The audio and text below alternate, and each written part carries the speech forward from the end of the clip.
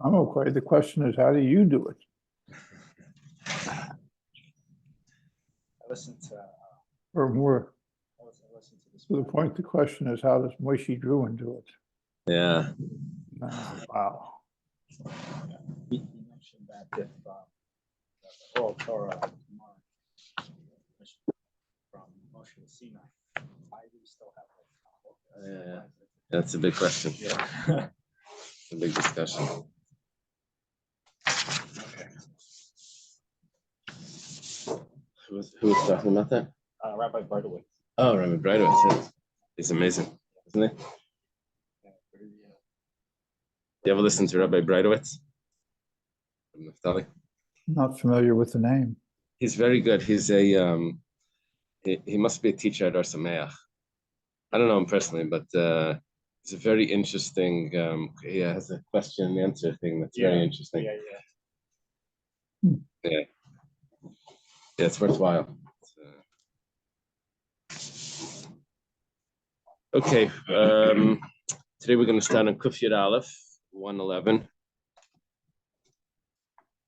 I have to tell you the joke. They said there was this a news reporter that said today the Queen of England is 111. It's like, what? She's not 111. Oh, she's ill. Oh. Okay. Okay, so we're gonna start at the second line over here. Nasan as a kesef liyahirav. Thank Hashem that we're able to learn Torah every day. And in the zchus of our learning, we shall do Beis Hamikdash immediately. Baruch atah Adonai Melech Olam Shalom. Okay, so Yehirav was the first group of the Kayanim in the Beis Hamikdash, and Yedaya is the second group. Now, what we learned was that the return of the stolen items needs to go before the sacrifice. So we said that there was no problem if it was returned to Yehirav, and the sacrifice was given to Yedaya because that would be in the correct order. The problem is if it was done the opposite way, if the sacrifice was given to Yedaya, if the sacrifice was given to Yehirav and the stolen item was given to Yedaya, then that would be a problem. So take a look at this. Tana Rabbana was taught in a brisa. Nasan Asham liyahirav. If the sacrifice was given to Yehirav, which is the first group, the kesef liyadaya, and the money was given to the second group of Kainim. Now that's a problem. So what you should do is yachzer kesef etalashim. The money that went to Yedaya should be given back to Yehirav. They should pass it back to the week that's there right now, and then Yehirav could bring the sacrifice, right? Different Rabbi Yehuda. That's the words of Rabbi Yehuda. That's not what we learned in the Mishnah. In the Mishnah, we learned exactly the opposite. The Mishnah, we said, the Chachamim say that the sacrifice should go to the money, which means that the first group should pass the sacrifice over to the second group, and in the next week it will be brought. Right? So it's machlekes. Which way we resolve the issue? Do we give the money back, or do we give the sacrifice forward? What's the case? Are we talking about when the sacrifice was given to the first family during that family's week? And the money was given to Yedaya a week later. So the Gemara asks, why would Rabbi Yehuda say that the money needs to leave Yedaya and go backwards to Yehirav? 1 second. When Yedaya received the money, it was in the week that it was their week. They did nothing wrong. When are they supposed to receive the money? In their week. And they received the money. They don't have to know anything about the sacrifice. It was brought, it wasn't brought. Why should we put any penalty on them that they should pass the money back to the week before? When they received it, everything was perfect. It was their week, and they're supposed to receive the money, in which they did.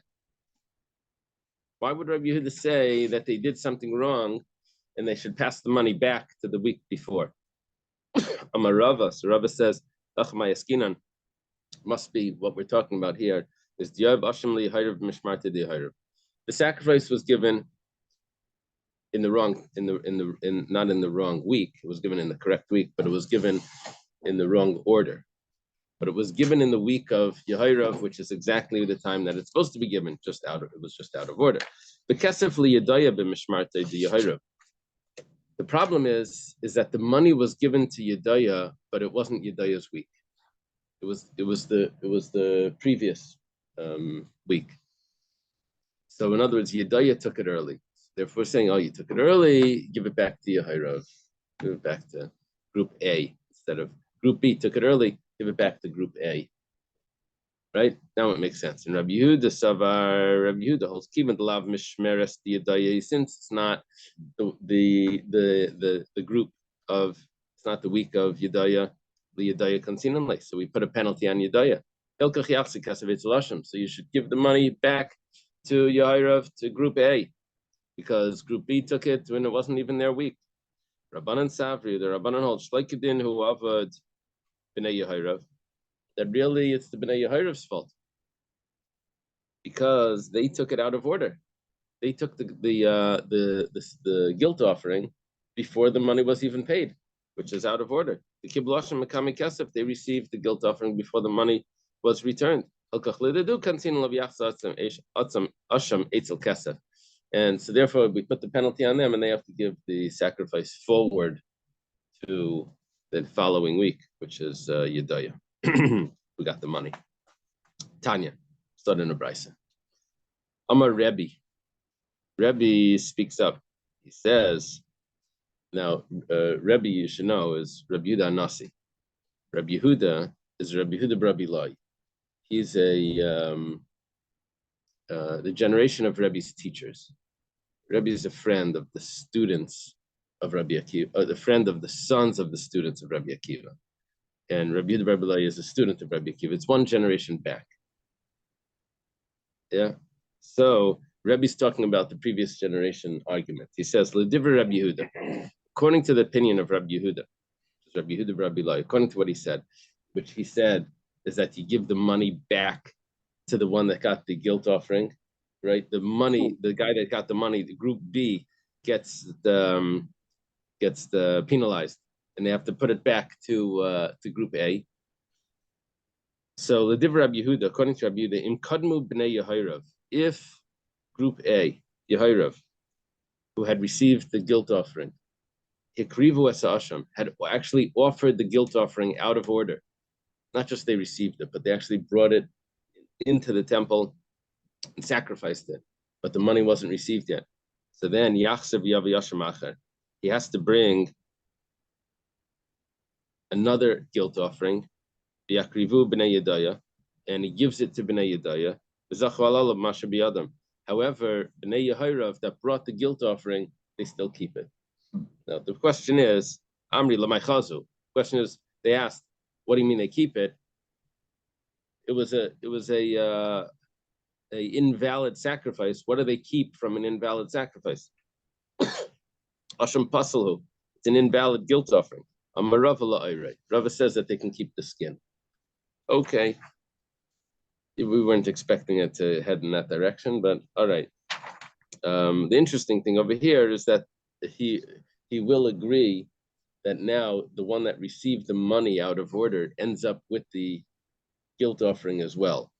Okay, with a new one. But that wasn't really Rabbi Yehuda's view. Rabbi Yehuda's view was really the money goes back to the guilt offering, and the one that received the money is the one that gets penalized, because he received it not in his week. That's what we were saying. Now we're saying that no, because they offered the sacrifice, then the one that offered the sacrifice, they don't really lose out. They keep it, but he has to bring another sacrifice, which the one that received the money is going to get. Tanya, we have another brisa. Amar Rebbe. Rebbe says, "L'divrei Rabbi Yehuda," according to Rabbi Yehuda, "Im kiyim asham," if the guilt offering was not sacrificed, then yachzer asham eitzel kesef, then you give the guilt offering to the one that received the money. Now, this is not Rabbi Yehuda's opinion. The Gemara says for Rabbi Yehuda, 1 second, Baha means but Rabbi Yehuda, yachzer kesef eitzel asham mislei, he holds exactly the opposite. He holds that the money goes backwards, not the guilt offering goes forwards. That's the wrong opinion. Gemara answers, what are we dealing with here? Talking about that the entire week of Group A has passed. and they never asked for the money. That's the case. It's coming to teach us the gabayo.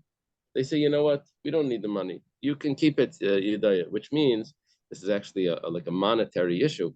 Who owns that money that was returned? We're talking about the Gezel Hager, of course, right? Someone stole from a convert and he's returning it to the Kayanim because he passed away. The convert passed away. So that money, the first group has forgiven it to the second group because their week has passed and they never asked for it. And so therefore, if that actually happened, then the guilt offering is passed forward to the next group, which is really the other opinion. But the other opinion was without this passing of the week and forgiveness. Tani Yidach, we have another brisa. Amar Rebbe speaks up. The Divrei Rabbi Yehuda, according to the words of Rabbi Yehuda, that he says the money goes back. Says if the guilt offering still exists, so you return the money back to the first group, to group A. Pshita, I need Rebbe to tell me that. I know that's what Rabbi Yehuda holds. He said that before. I don't need Rebbe to repeat. According to Rabbi Yehuda, that's what we're gonna do. What do you mean? That's not according to Rabbi. That's exactly what he said. What are we dealing with here? Why do we need Rebbe to give me a chiddush? What is the chiddush of Rebbe? We're talking about that both groups have passed. Week 1 has passed. That's group A, Yehorav. Week 2 has passed, Yudaya, group B, and no one asked anything. No one asked anyone for anything. Group A didn't ask for the money, and group B didn't ask for the sacrifice. So maybe we could say that everyone was meichel to each other. So when it comes around again, let's do, maybe this could take 2 years, but if we would do that, Yudaya keeps the money. They do it in the following year, and the sacrifice will be brought a year later. I don't know what age the sacrifice could be, but they'll bring it afterwards. Kamash Malan, we say no. What we do is we do it back to the way that it was originally, where the money goes backwards to group A, and then group A brings the sacrifice. I don't say that they each keep what was given to them, because they were meichelet to each other. I don't say that. Okay, the Gemara explains, the Mishnah explained that you can't do this out of order. You have to return the stolen money before you bring the sacrifice. How do we know that? Rava says the Amakra. It says in the pasuk. It says Ha'asham Hamushav LaHashem LaKayin. The guilt, which is returned to Hashem, to the Kayin. We learned yesterday the guilt means the principal payment of stolen. Milvad means besides for. Ela Kippurim, the ram of forgiveness, of atonement, that he's atoned with. Michlal, now that implies the Kesef Bereisha. You see, it says that the guilt offering is returned Milvad Ela Kippurim. And the guilt offering was not yet brought. That's what the way we're learning it. That milvad means it has not yet been brought. Really means besides for, but it means that hasn't been brought yet. So one of the students says to Rava that just gave this commentary. He says, if that's the case, milvad baiker hachinami. It says that when you bring the musaf offering, it says besides for the morning offering.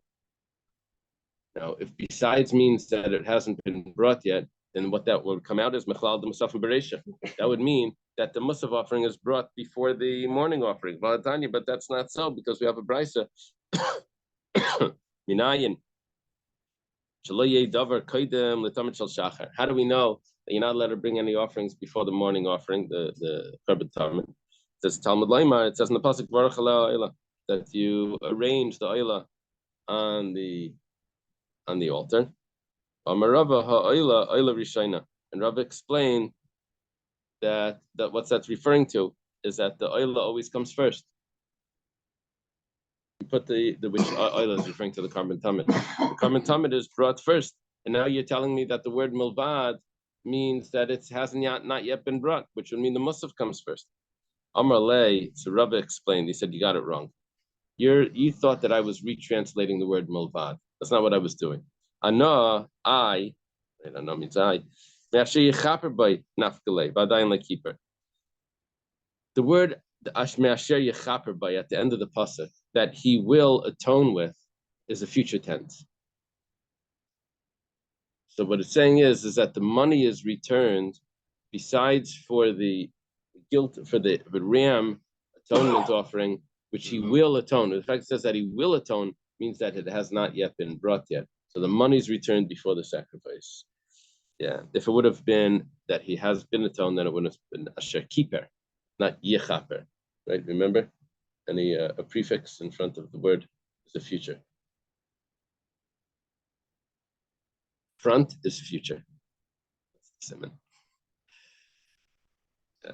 And that's what he does in that book. And then he puts, if there's a suffix, that means in the end, that means it's past tense. We're talking about the guide to the Hebrew, guide to Lashon HaKodesh. Okay, Nasan Le'as Karen Chulu. So Yechaper means that he will, right? He will, which means he hasn't done. If he gave him the principal, but he didn't give the fifth, so he said that the fifth doesn't interfere with the atonement, with the bringing the sacrifice.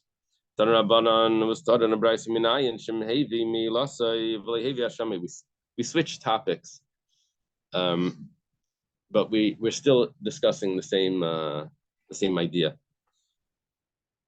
We were talking about bringing a sacrifice because of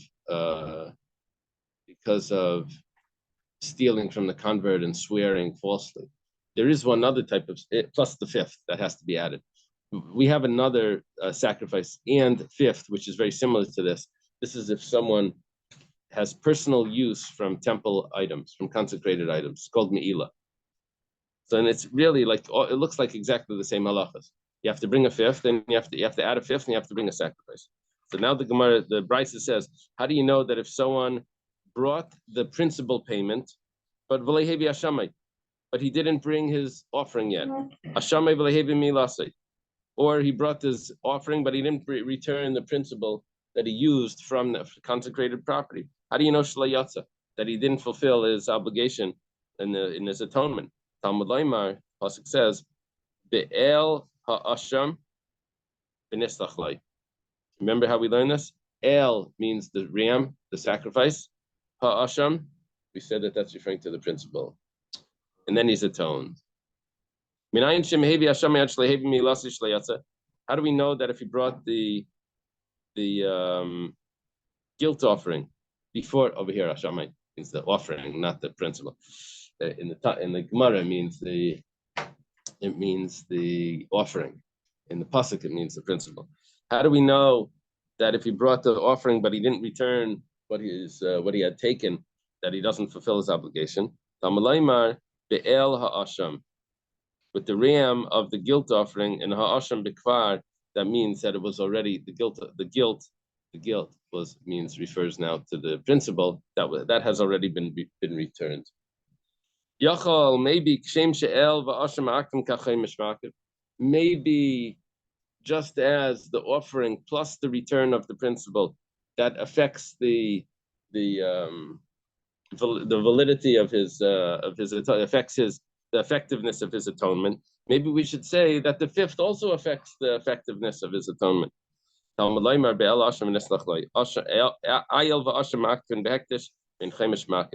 says in the verse, the ram and the guilt, and he's forgiven. It's only the ram and the guilt, which means the ram and the principal, but not the fifth. Now the Gemara just goes on and it says, "V'yilmed hektish mehedyet v'hedyet mehektish," and we learn one from another. We learn me'ila from gezel ager, from what's stolen by the convert, and we learned the stolen from the convert from me'ila.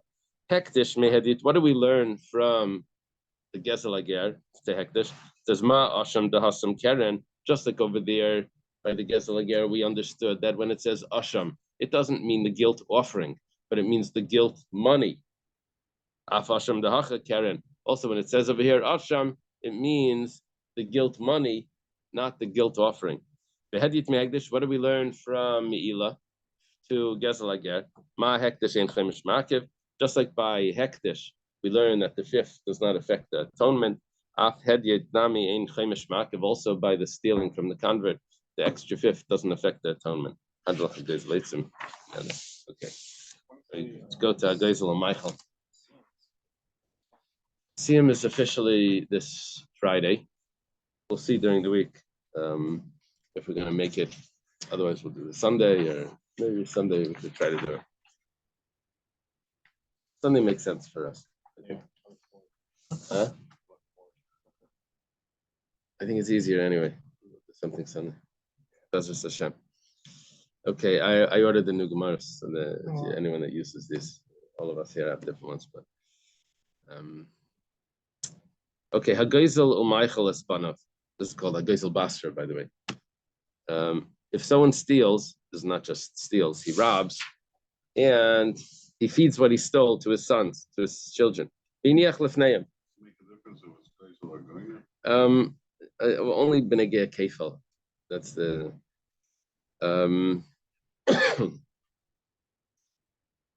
and then we had a Gemara somewhere.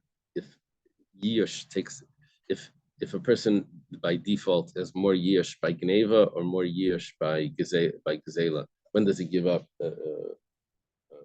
without knowing? Minastam. Remember, we had a Gemara about that. Which one was more probable that he would give up? Anyway, the Hiniach Lefneim. Now, the way you have to read this is or he just left it in front of them and he died. So, P'tur Milashalem. This we're talking about the inheritors. They did not have to pay what the father stole. They didn't steal, right? The Gemara is going to discuss that there was Yish, the original owner gave up hope. Plus, there was a change of ownership from father to son. They're not involved in the theft. They don't have to pay. What they took, what they took isn't the original owners anyway. So, okay. But if it was something that has achrayas, that has responsibility, which usually is referring to land, if there was land, then chayav l'shalom, then they have to pay. Now, that could be simple pshat over here. The Gemara is going to discuss this way and that way. What's the pshat in this Mishnah? But let's say the father had left them land, which means that the father has a lien on his property because he had a debt because he stole. So then that land would have to be paid back to the owner. Okay, we're going to see in the Gemara that there's different interpretations here, and you can pull this Mishnah in different directions. Rav Chisda comments on the Mishnah. We skip a generation. Usually, the first comment on the Mishnah is usually first generation. Rav, Shmuel, that type of thing. This we jump a generation or two. Amar Rav Chisda, Gazel v'leinis yaishu abaylam uba acher ba'achlu mimenu ratzim yizeh goyba ratzim yizeh goyba.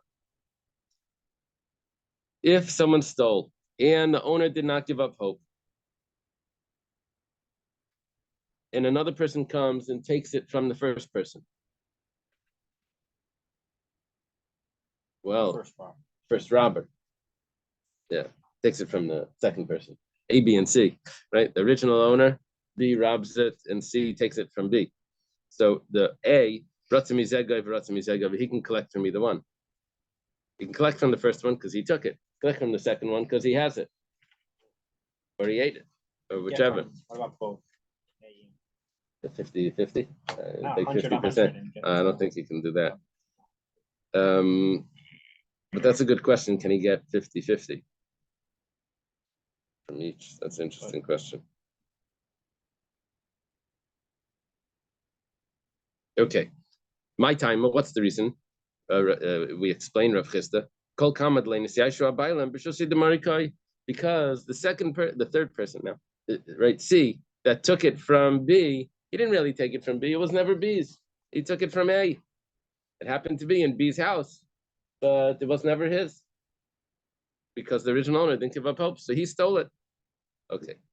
Tanan, we learned in our Mishnah something that's going to contradict Rav Chisda. It says, "Hageisel Maicheles Banav." Someone stole. Do you have a comment there? That if the original owner didn't give hope, he could claim from either. Good. Exactly what Rav Chisda says. So the Mishnah says, "Hageisel Maicheles Banav." If someone stole and fed his sons, So now there's an A, B, and C, right? Original owner. B, the one guy that stole, is the father. And C is the sons. And what's the rule? Binyech lefneim, or he left it in front of them and he died. They don't have to pay. 1 second. Rav Chisda says that he can collect from the third party. Over here it says he can't collect from them. They don't have to pay. So kasha on Rav Chisda. Tiyufta de Rav Chisda. Is this a strong question on Rav Chisda? Amalach Rav Chisda will respond, Kitanya hilach yesh. Rav Chisda can get out of this so easy. He just says, the Mishnah is talking about when the original owner gave up hope. Easy teretz. Rav Chisda's whole din was when he didn't give up hope. The Mishnah doesn't tell me anything. You can't ask kasha when you don't have it clearly defined what you're talking about. You can always resolve it by just saying that wasn't the case. Okay. If you put it in front of them, then they're exempt. If you left it for them, for the sons, they're exempt from paying. Amar Rami Bar Chama. Rami Bar Chama was a son-in-law of Rav Chisda, going down a generation here. He says, this teaches me Rishus Yerush Kirshus Lekeach Dami. We had Yerush. Remember, we said our Mishnah is talking about Yerush, where he gave up, the original owner gave up hope of ever getting it back. And it was passed from one generation to another generation, from father to son. Rami Bar Chama says we have exactly the criteria for the item to be owned by the new generation. You have Yerush plus Shini Rishus. It changed possessions plus the owner gave up hope. So perfect. Now there is another way of looking at it. Other way of looking at it is that from father to son doesn't mean that it changed hands. Father to son means that it was same estate, and the son replaces the father. The son is stepping up into the father's estate. It's not changing hands. It's it's not moving from one estate to another. It's just the son is stepping into that position. There's two ways of looking at it. If you view it the other way, then there was no change of hands here. It's only because it's being passed as if the son is the purchaser. Like if you get a property and you buy it under a corporation, and then the corporation is same stays the owner, and they just change the owners of the corporation. Right. That's a public.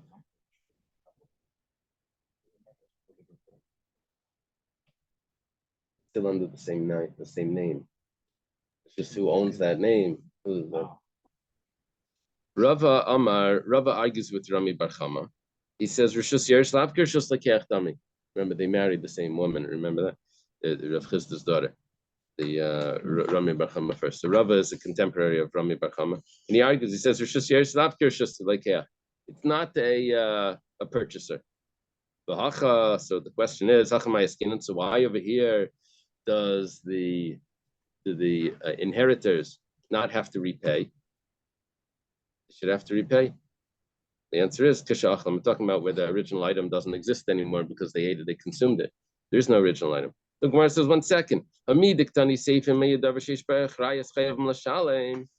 said that if it's something that has achrayas, then we're going to explain what that means. That achrayas could mean that if it's something that's visible, that it belonged to the original owner.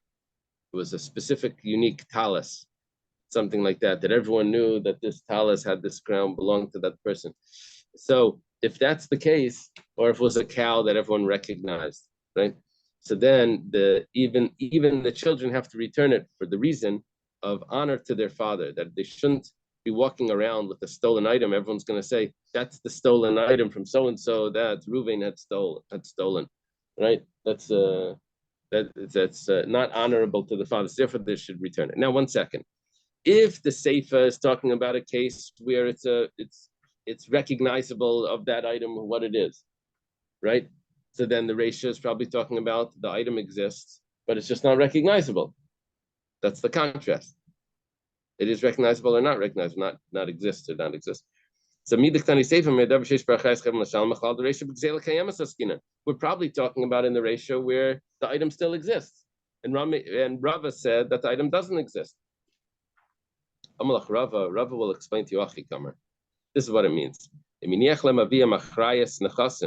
Doesn't mean there was an item. No, we're talking about over here that not that the father left them a talis. Talking about if the father left them land, then chayav l'shalem, they have to pay because the land has a lien on it to the original debt of the father. The father stole money. There's a lien on that property that they have to pay it back. Otherwise, they don't have to pay it back. And the reason why they don't have to pay it back because it was consumed. The item isn't there anymore. Not because yish and shina rishus, because it's not considered shina rishus. It's not considered changing hands. Rather, it's just because the item isn't there. Mar now says that Rebbe, we have a record of Rebbe teaching this Mishnah. And Rebbe taught this Mishnah to Reb Shimon, his son. Rebbe had another son. Chizkiah, what do you have on the chart? Who were Rebbe's sons? Rami Gamliel and Reb Shimon, right? Rami Gamliel b'nai Shel Rebbe Danasi and also Reb Shimon. Okay. And when Rebbe taught it, he said, we're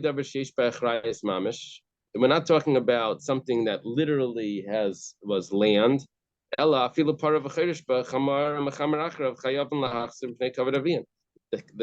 way that we explained it before, that we're talking about that it's referring to not just that when the father had left the son's land, which would have a lien on it, that the son should have to pay it back to the creditor. Over here means to the victim of theft. Not only that, but even if it was just a cow that was used for plowing, or a donkey that was used for hauling loads. So even that they have to return pay kavod aviyam, which means that we're talking about when the item exists. If the item exists, then how can you tell me Rabba wanted to explain that it was consumed? And if the item exists, then the only way that the children don't have to pay it back is because Rishus Yoresh Rishus Lekeach. It's because as if they purchased it and it changed hands, which would be a proof to Rami Bar Chama, not to Rabba. Right? We're asking why don't the sons have to pay it back? It must be because it changed hands, which was Rami Bar Chama's view. Elam Rava says, no, I'm going to learn it different. When I pass away, Rabba says, Rabbi Ishi Nafik Levasi, Rabbi Ishi is going to come and greet me. He's going to be proud of me. The Taritzna Masnisin Kavasei, because I learned the Mishnah according to what he taught in a Brisa. Rabbi and Rabbi Ishi were the editors of Brisas. The Tani Rabbi Ishi taught in a Brisa, if someone that steals and then feeds to his son the stolen goods, Keturim Milasham, they don't have to pay. Okay. What about Hiniach Lefneim? Let's say he left it in front of them and he passed away. He left it in their possessions. Gazela Kayamas, if the item exists, then Chayavim, then they do have to return it. Why not? Well, I'm saying, why do they have to return it? Because we don't say Rishus Yerush Rishus Lekeach. We don't say that it was a purchaser and it changed hands. We say that it's still in the same hands and they have to return it. Ein Gazela Kayamas, but if it doesn't exist, then Peturim, then they're exempt from returning it, which was the way Rava explained it. If the father left them land, then they have to pay it back. Okay, so what Rava did was he ignores the way Rebbe taught Reb Shimon his son, and he learns it the way the Brisa, which Rabbi Shia taught, he learns the Mishnah to follow the explanation of the Brisa. Amar Mar, Master taught. In passing, we said that Eina Gzela Kayemes, if it doesn't exist anymore, we say Peturim, that they're exempt from paying back. What do you need?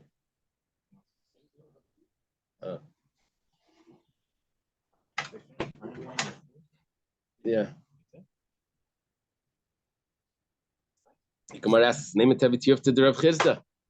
This statement that if the stolen item doesn't exist, that they're exempt from paying, this is a kasha on Rav Chizda. Because Rav Chizda said that if one person steals and another person steals from him, that the original owner can collect from whichever one second. Over here we're saying that he can't collect from the second one. Rav Chizda says that's not a problem. I was talking about collect from either one, whichever thief he wants, the robber he wants. That's because the original owner didn't give up hope. Over here, we're saying where he can't collect, that's because he did give up hope. Easy to, it's like the Gemara asked this question before at the beginning. Amar Mar, the master taught,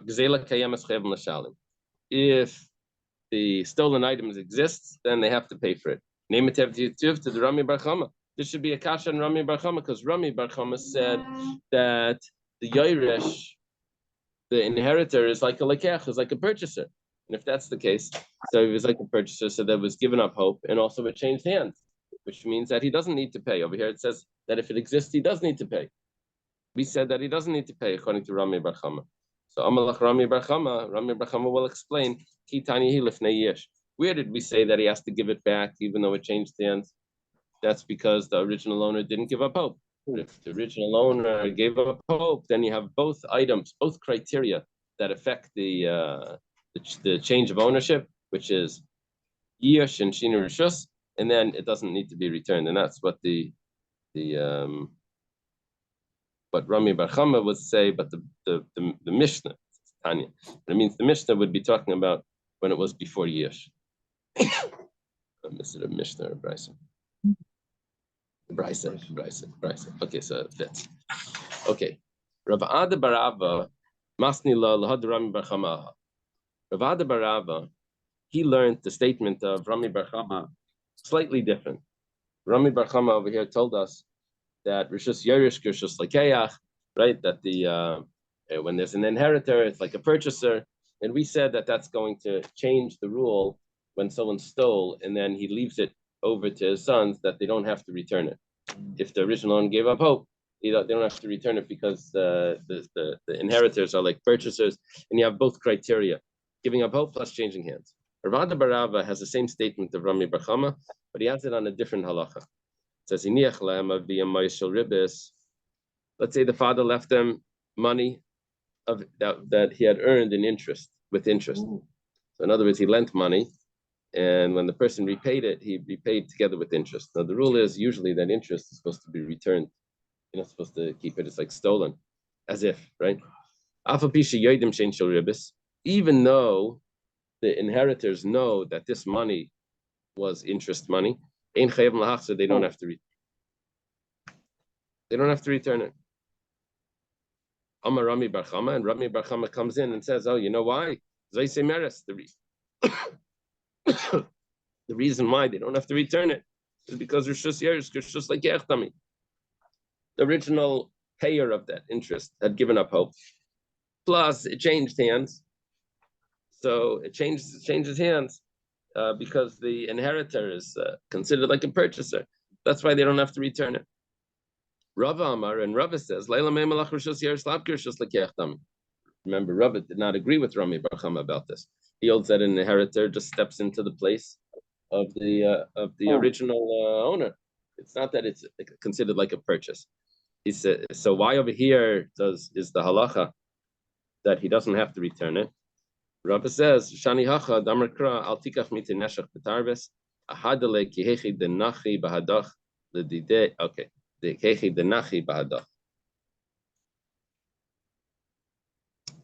says, don't take from him interest or tarbis. I guess two types of interest, which means that you have to return it. When you continue reading that verse, the verse says, and your brother should live with you. So you have to return it so that he should be able to live with you. That's like the emphasis there. With the Gemara, the Hebrew text of the Gemara leaves out the final words, but that's the idea. So which means that you have to return it. So don't tell me that the reason why you have to return, why you, okay, so 1 second, I didn't finish the sentence. Who does the Torah warn? Who does the Torah demand of that he has to return it? Only the person that took the interest, not to the descendants. So it's just like a mitzvah. There's a mitzvah. It's a mitzvah to return the interest. That only applies to the person that the mitzvah was imposed on, which was the right, just like the guilt offering. Okay, so if that's the case, Rav is saying that really you have no proof from here, from this halacha, that Rishus Yairish, Rishus Lekeach, that the fact that the children don't need to return has nothing to do with are they inheritors or are they purchasers. It's nothing to do with that. Nothing to all it has to do with the mitzvah of returning only applies to the father, not to the son. And now the Gemara just finishes off. It says, "Man demasila brisa." If the halachas of the Rami Bar Chama, you see from here, Rishus Yeres Kishus Lekech was said only on the brisa on about ribis. Rami Bar Chama says Rishus Yeres Kishus Lekech. Then for sure, Kolshken Amasnisan, for sure the explanation of our Mishnah, where he doesn't have to pay it back when it's stolen, the children don't need to pay it. It's for sure because Rishus Yeres Kishus Lekech. It's for sure because it changed hands. I don't have any other explanation for it. If you're going to explain the brisa, which I do have another explanation for, then the Mishnah is for sure because of Rishus Yeres Kishus Lekech.